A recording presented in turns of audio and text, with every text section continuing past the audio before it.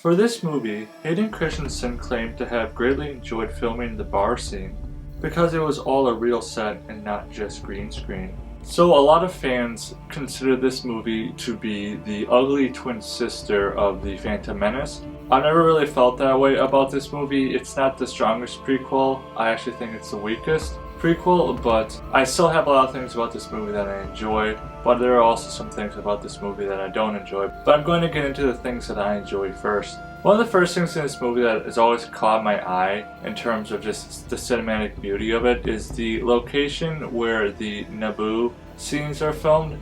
It is filmed at a real location, the Villa del Balbenello, overlooking Lake Como in Italy. And I looked this up. You can visit it. It's not super expensive to check this place out, to do boat rides. You can even get married there if you want. But it is open from mid-March through November. And it's definitely a place that I might go someday just because it's extraordinarily beautiful. Most of this movie is green screened, but it just adds so much more to a movie when you get on real locations. You can grasp it more than you can if green screen was involved. It's kind of just like a bonus love of mine of this movie, that it's filmed at such a beautiful location. And I know a lot of people probably always wonder, where this part of the movie was filmed, and now you know where it is.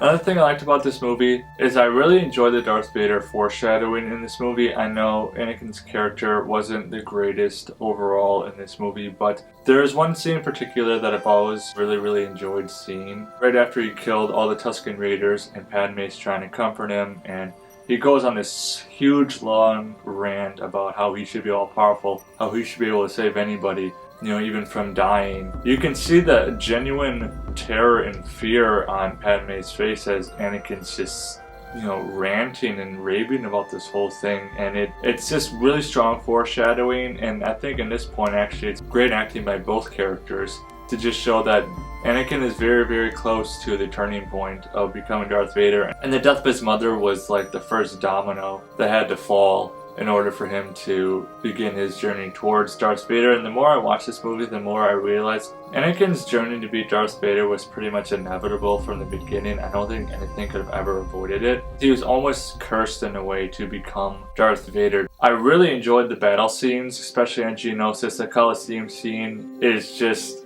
awesome. There's so much going on. There's a lot of chaos. The whole scene is just really well put together. It's very fun to watch. It's a very long scene, honestly. I mean, it's a very different feel when it comes to a battle scene in Star Wars. I enjoy the different aesthetic that this battle scene brings. And of course, the duel scenes in the movie are awesome. Specifically, the duel between Anakin and Count Dooku I really enjoy because there's a really cool cadence to this fight. It's a little short for my taste, but it's just a very unique, creative way of doing a lightsaber fight. Sir Christopher Lee was just the perfect guy to play Count Dooku, and the battle between him and Yoda is just iconic. It's so much fun to watch Yoda just go crazy against his old Padawan. I always forget that Count Dooku was Yoda's Padawan, which I found that to be really cool. I kind of wish they would expand upon that a little more though, but we just get a little hint at that.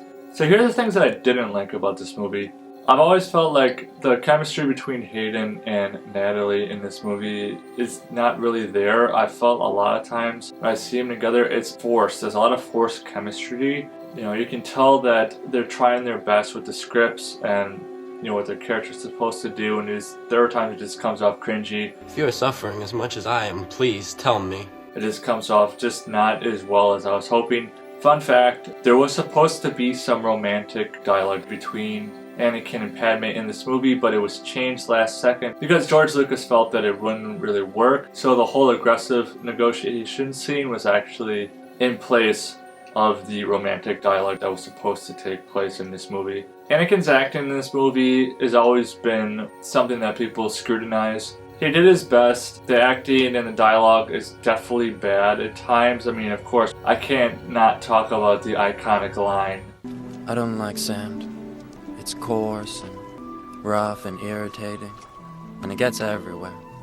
But there are just other moments in the movie where just wooden acting, crap dialogue. I really like Hayden Christensen. I mean, he's a good actor, but you know, he can't perform miracles with the script that he was given. That's just one of the things that really made this movie suffer a lot, was Anakin's character and the scripting and the dialogue. It could have been a lot better. There are so many things in this movie that could have been a lot better. But overall, I still enjoy this movie. There are a lot of great things about this movie, so it's definitely not the ugly twin sister of The Phantom Menace to me. So for Star Wars Attack of the Clones, I'm going to give it a 6 out of 10 Mudflaps. And remember to leave me a thumbs up and drop in the comments below.